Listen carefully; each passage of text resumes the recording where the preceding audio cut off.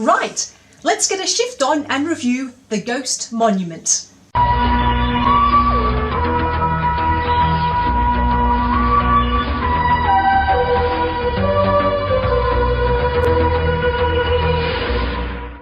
Hello viewers, I'm Purple Celery. Welcome back to my channel and apologies for the truly dire northern accent. I promise I won't do that again.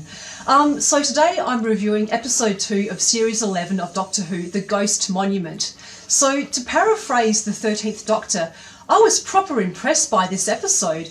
I really liked the premise of the whole competition. It was like a cross between The Amazing Race, Survivor and the Hunger Games, yet more extreme.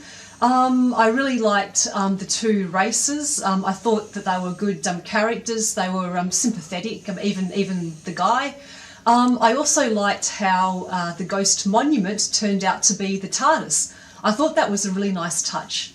I thought the first 5 minutes of this episode were a little bit bog standard, but after those first 5 minutes, once they landed on the planet, this episode basically captured my attention right until the end.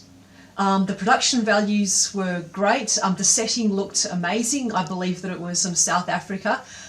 So yeah, overall I thought it was a pretty impressive episode. So turning to the characters, I'm beginning to see that the 13th Doctor has a really kind and caring personality. Obviously all versions of the Doctor have been kind and caring, but a lot of them, such as Capaldi's Doctor, kind of like, hit it deep down. With Jodie's Doctor, it's a lot more overt, and I think that's quite a refreshing change. I do like, though, how Jodie's Doctor can be a bit socially clueless. I liked how she kind of forgot that Yaz was there on the crashing spaceship. I also liked how she did not pick up on any of the tension between Graham and Ryan. She just looked at them and thought they were, boys just getting on with the job. I also liked the companions in this episode, although Ryan made me feel both inspired and frustrated. He made me feel inspired because he was quite resilient in spite of his disability. He didn't let his fears get the better of him, but I also found him really frustrating because he was being a total prat to Graham, who was just trying to be nice to him. So I felt like, like shaking Ryan during those scenes and basically telling him to grow up and learn some manners and, treat Graham a bit better. I was also really intrigued by the mention of the timeless child.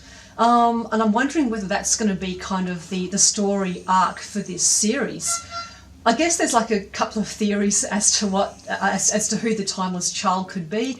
It could possibly be a reference to the Doctor herself, or it could even be a reference to a child of the Doctor. We know that the Doctor was once a grandparent, so obviously the Doctor was also once a parent.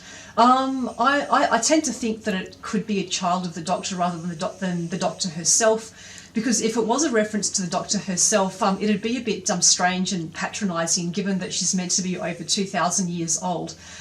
So I was really intrigued by that reference, and I'm hoping that it won't just be a throwaway line. I'm hoping that we will actually get to explore more about the timeless child and who they are over the course of this series. So turning to the other things, I really liked the opening credits. They kind of called back to the John Pertwee era of the early 1970s, so no issues there. I also liked the interior of the TARDIS.